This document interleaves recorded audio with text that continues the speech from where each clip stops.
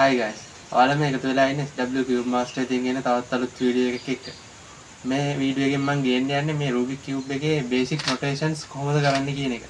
සූත්‍රවල තියෙන basic notations කොහොමද ලේසියෙන් මතක තියාගන්නේ, ඒවා කොහොමද කරකවන්නේ කියන එක තමයි මේකෙන් කරන්න යන්නේ. එතකොට ඔයාලා මගේ channel එකට අලුත් කෙනෙක් නම් මම SW සත්මික නාවල්. මේ වීඩියෝ එක බලන්න කලින් මේ channel එක subscribe කරලා මේ වීඩියෝ එකත් එක්ක එකතු වෙන්න.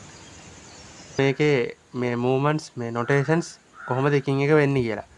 දැන් මම මෙතනදී මේ නිල් පාට පැත්ත මුන්ට මුල්ලා තියාගන්නවා. සුදු පාට පැත්ත තමයි උඩ පැත්තට තියෙන්නේ. එතකොට දැන් මුලින්ම අපි බලමු R කියන move එක කරන්නේ කොහොමද කියලා. R කියන්නේ ඇත්තටම දකුණු පැත්ත layer එක right කියන එක. R කියන්නේ දකුණු පැත්ත layer එකක් උඩට මෙහෙම. ඒ කියන්නේ මෙහෙම තියෙන cube එක මෙහෙම එකක් උඩට කරකවන්න තියෙන්නේ.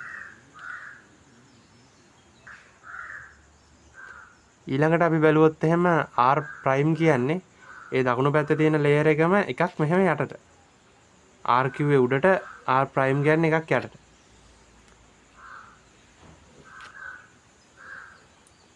හරි. ඊළඟට L කියන එක බලමු. L කියන්නේ left වම් පැත්ත කියන එකට. එතකොට L කියන්නේ මේ වම් පැත්තේ තියෙන මේ layer එක එකක් මෙන්න මෙහෙම පල්ලෙහාට. එකක් පල්ලෙහාට L කියන්නේ. L prime කියන්නේ මෙහෙම තියෙනවා නම් cube එක ඒකම මේ layer එකම එකක් උඩට මෙහෙම. ඒක තමයි L prime කියන්නේ. L කියන්නේ එකක් පල්ලෙහාට L prime කියන්නේ එකක් උඩට.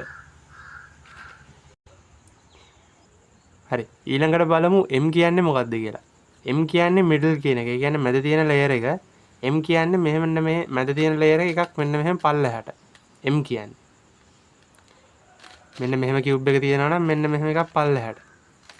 ඊට පස්සේ අපි බැලුවොත් එහෙම ඒකෙන් විරුද්ධ move එක. ඒ කියන්නේ M dash කියන්නේ M prime කියන්නේ ඒ මැද තියෙන layer එකම එකක් මෙහෙම උඩට.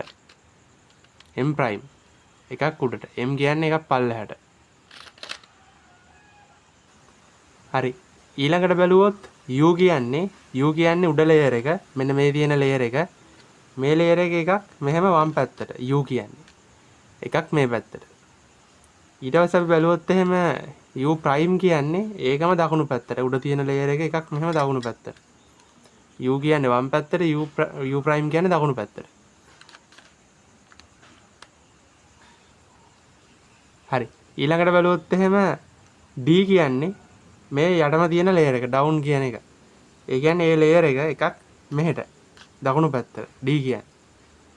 ඊට පස්සේ බැලුවොත් එහෙම D prime කියන්නේ ඒ යට තියෙන layer එකම එකක් මෙහෙම වම් පැත්තට D prime.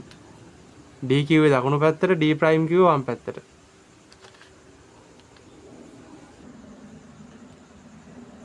හරි. ඊළඟට බැලුවොත් F කියන්නේ මෙන්න මේ ඉස්සරහා තියෙන layer එක. මෙන්න මේ layer එක. මේ මං කරකවන layer එක. ඒ layer එක F කියන්නේ එකක් දකුණු පැත්තට මෙහෙම. ඒ කියන්නේ මේ layer එක මේ පැත්තට කරකවන්නයි තියෙන්නේ. මෙහෙම තියෙන cube එකේ මෙහෙම එකක් කරකවන්නයි තියෙන්නේ F. ඊට පස්සේ අපි බලුවොත් එහෙම ඒකේ විරුද්ධ move එක. ඒ කියන්නේ F prime. F prime කියන්නේ ඒකම වම් පැත්තට මෙහෙම. එකක් මෙහෙම. මේ පැත්තට කරකවන එක. F prime.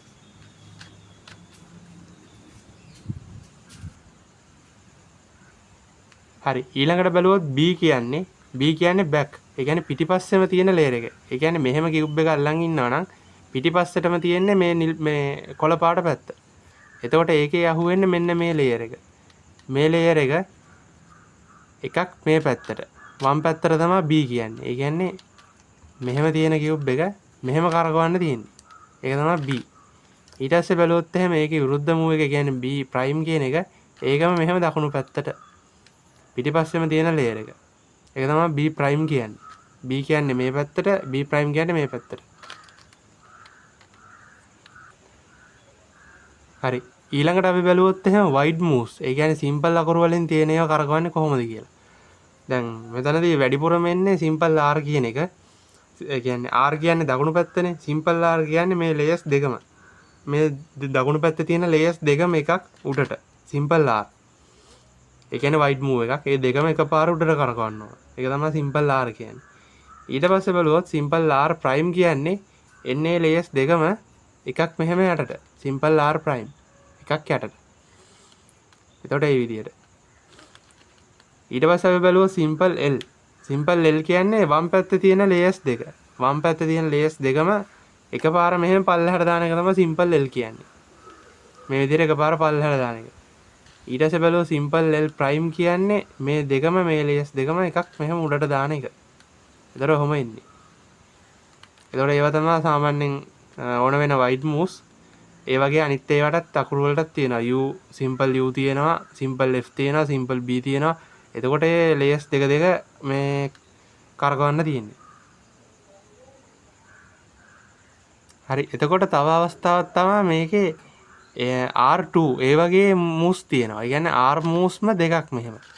R කියන්නේ දකුණු පැත්ත උඩට ඒ වගේ මූව්ස් දෙකක් කරකවන එක තමයි R2 කියන්නේ. ඒ වගේ U මූව්ස් දෙකක් කරකවනවා කියන්නේ මේ පැත්තට 1යි 2යි ඒ වගේ කරකවන්න තියෙන්නේ. එතකොට ඒ වගේ තමයි සූත්‍රවල තියෙන්නේ. තව විශේෂ ආකාරයක් තමයි මේ රොටේෂන්ස්. ඒ කියන්නේ කියුබ් එක හරවන්න ඕන විදි ඒවත් කීපයක් තියෙනවා මේකෙදි. එතකොට මුලින්ම අපි බලමු x කියන එක. x කියන්නේ දැන් ඔයාලා මේ පැත්ත මූණට මූණලා තියන් ඉන්නවනම් x කියන්නේ මේ පැත්ත නැතුව මෙහෙම හරව ගන්න එක. ඒ කියන්නේ නිල් පාට මූණට මූණලා තියන් ඉන්නවනම් මුලින්ම x කියලා නොටේෂන් එකක් තිබ්බොත් කොහේ හරි කරන්න ඕන මෙහෙම ඒකට යට තියෙන පැත්ත. ඒ කියන්නේ මෙහෙම යටට හරවන්න තියෙන්නේ. කියන්නේ නිල් පැත්තට යට තියෙන්නේ කහ පාට. කහ පාට පැත්ත මෙහෙම මූණට මූණලා තියාගන්න තියෙන්නේ. x කියලා එකක් කොහේ හරි තිබ්බොත්. Simple x. ඒ වගේම දැන් ඒකෙම විරුද්ධ එක මේ ප්‍රයිම්නේ.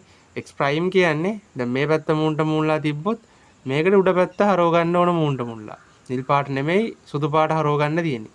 ඊට පස්සේ තමයි අදාළ සූත්‍ර ටික දාන්න තියෙන්නේ. එතකොට ඒවා තමයි ගොඩක්ම ඕන වෙන මේ නොටේෂන්ස්, මේ රොටේෂන්ස්. හරි. ඊළඟට බැලුවොත් y කියලා රොටේෂන් එකක් තිබ්බොත් ඒක කරන්නේ කලින් x කරා වගේමයි x අක්ෂය ඔස්සේ තමයි අර කලින් රොටේට් කරේ. දැන් කරන්න තියෙන y අක්ෂය ඔස්සේ.